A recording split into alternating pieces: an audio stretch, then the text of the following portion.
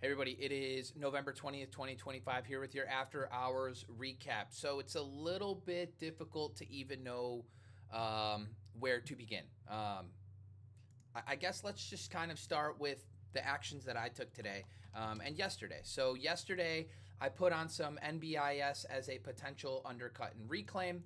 And then in after hours, you had that ramp up in the morning or in the evening on NVIDIA earnings. And then this morning, you started to kind of just consolidate. And on a smaller time frame, right, I was like, okay, let's just kind of see what happens here with this consolidation. But then immediately we started to crack to the downside, and I sold a third of my position. Well, I didn't sell enough because this thing ended up unwinding quite a bit. I ended up taking off the rest of my position at flat. So I did leave some money on the table. Not the best thing in the world, but also not the worst thing. I did make some money there, so ultimately not a big deal. I also ended up adding twice to my Netflix. I shorted this one yesterday, and then when we started to take out yesterday's lows, I added, and then when we pushed a little bit higher and started to break VWAP, I added. So Netflix, I do think if you look at the daily chart, it does feel like we are now in a stage 4 downtrend. So my expectation for a Netflix is we end up going a whole heck of a lot lower in time. I'm not saying that this thing is going to play out like an ANF, but when you do go into a stage 4 downtrend, it could be a pretty ugly unwind and quickly, which is kind of what my expectation is for potentially Netflix. You also had a nice push in iron today. Obviously, on the back of NVIDIA's earnings, you had this really nice push in the morning. And then as soon as we started to reject, I did get short as well as a rejection off the 50 simple moving average. So I had about a $1.50 stop roughly to the highs. And all we got all day long was all day selling, which was awesome. So iron is one that I've been wanting to be short. And today it gave an absolutely picture perfect short idea right against the 50 simple, which is awesome to see. I also did buy some XOM. I like the way that this was taking out prior day high. I like the way this was pushing. I didn't put on a big position, just a 5% position in XOM. But ultimately, we closed red. But I am going to respect my stop. I chose that my stop would be yesterday's lows, about a 2% roughly stop, just over about 3% on a 5% position, 2.5. So very, very still a tight stop on even an XOM, which is kind of a slower mover. But I did feel like, money has been trying to go into these oil names. So this one was one I would put on. And I didn't want to micromanage it personally because, one, it's not a big position, and two, I was absolutely doing fantastic even on an SNDK. Today was the day when, again, gapped up just a little bit on NVIDIA's earnings, but when I woke up this morning, we were already gapping down. And I kind of remember thinking to myself on this first 5-minute bar, this is showing some relative weakness. We just went red on the day. Like, okay. And meanwhile, then here comes NVIDIA. Here comes AMD. Here comes cryptos. Here comes Microsoft. Here comes Google. And everything starts getting hit one by one by one by one. And this just ends up being an all full day fade. I get some 195 covers off, if I'm not mistaken. Yeah, $195 covers off on SNDK. And so half of my position is done. It's about a 30% fade from my entry, roughly, a little bit, give or take 25%. So nice to see. Finally, you kind of get a unwind in some of these names that have been going a little bit vertical. And so that was kind of my day. I took a cipher short. I covered a little SNDK. I added to Netflix. I tried XOM, and I got out of NBIS for flat. Excuse me 1 second, guys. Close the door. Dogs are getting excited. So that was just my day. Obviously, all of this is taking place on the back of NVIDIA earnings, right? You get this gap up for NVIDIA earnings, and even I thought, hey, is this going to help the market, be a relief bounce, this, that, etc.? I thought it was possible, but on the flip side, you have to be open to the idea that today could have very well been a breakdown of a late stage base. You've gotten these gap ups that have just been met with immediate selling. We have seen the same thing with Microsoft for the last 2 quarters, where you just get a gap up on earnings and then go nowhere, another gap up on earnings, and then eventually start to break down. You've now seen Meta begin to break down. And then you've also seen, below the 200 simple moving average, already horrible. You've seen Palantir on what I thought was a pretty exceptional quarter breakdown. And the difference is that some of these are gapping down, but there have also been names that have gapped up on earnings and then just met with selling the entire time. Roblox, again, another one. You gap up on earnings and then effectively this quarter, now you get the gap down and now you're living below the 200 simple moving average, right? This is no good. This is, you're talking about these 30-40% unwinds in a name that was just leading. You could also even look at a name like Hood, living below the 50 simple moving average. Guys, when something breaks below the 50 simple moving average, and you've heard me be adamant about this, I don't care if it's Robinhood, I don't care if it's Duolingo. When something breaks below the 50 simple moving average, you don't want to be sitting there, right? It's the same reason that I cut my ARC when it was breaking below the 50 simple moving average. Well, guess what? Had I gotten stubborn with it, now how would I be feeling, right? But instead, you break the 50 simple moving average. I gave it one more day. When it broke that $78 level, I was gone. I gave it to even 78 because it was the top of this base, and I was in from 59. But you get any more stubborn with this stuff, and it just starts to unwind in a big way. Tesla today, I thought, was a clean undercut and rally from this low, right? From its own earnings low. And then this morning, you get a nice ramp and then an all-day failure. This kind of action here is not what you want to see, right? It is not what you want to see. And ultimately, it just, things look a little bit on the rough side. I really don't know how more to put it. Of course, there are some stocks that are hanging in there pretty well, namely Eli Lilly.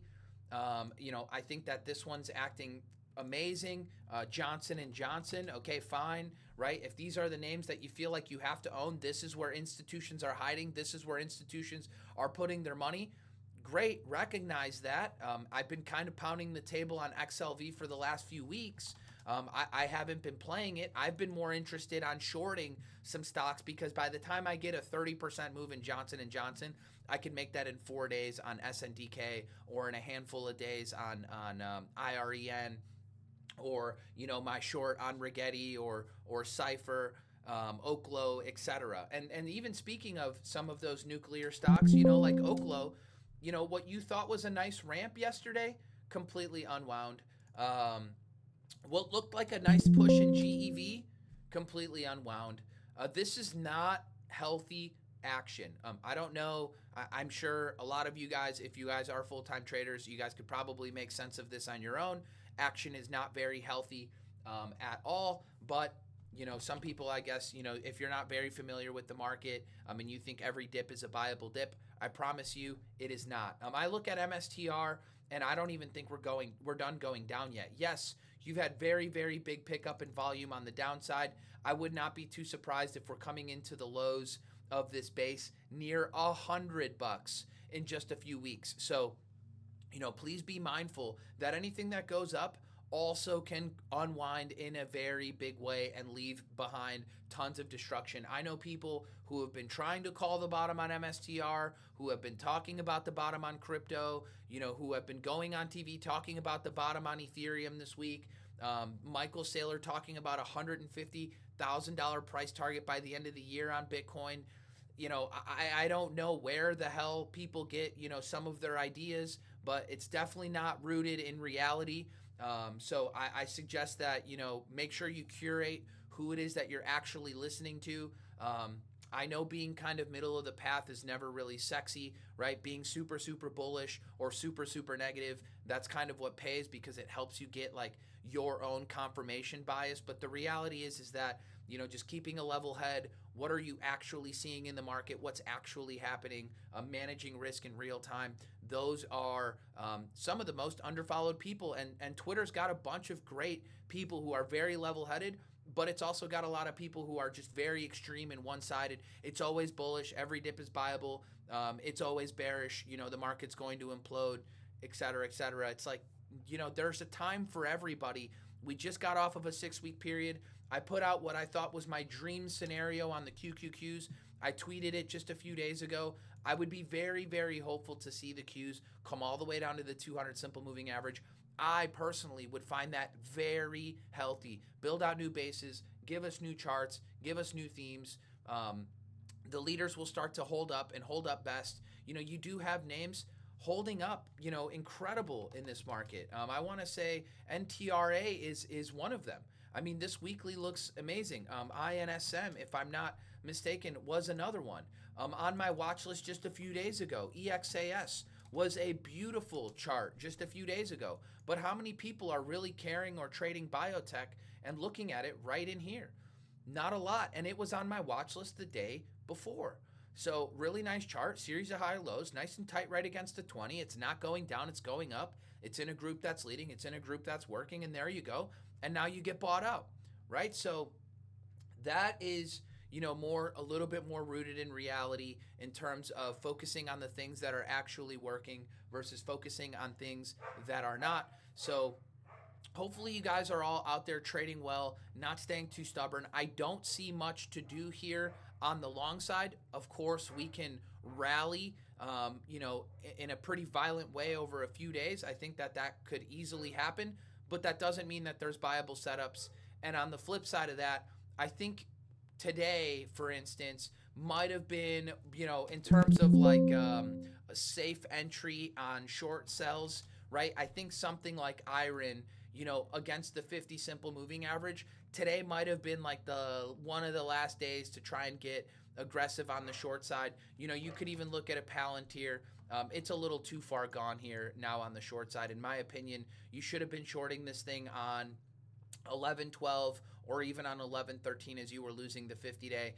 Now after this kind of a move down where you're down almost 20%, that's, you want to get paid that. You don't necessarily want to be chasing that. So that's kind of my thoughts here. I really don't know what to do in the next couple of days other than just let my shorts pay me. And I got myself positioned very, very nicely. The only long I have at the moment is XOM. It's a 5% position. It can get stopped out tomorrow. It is such a slow mover. 5% position will not matter. Short Cypher, short Iron, short Netflix, short Oklo, short Rigetti, short SNDK.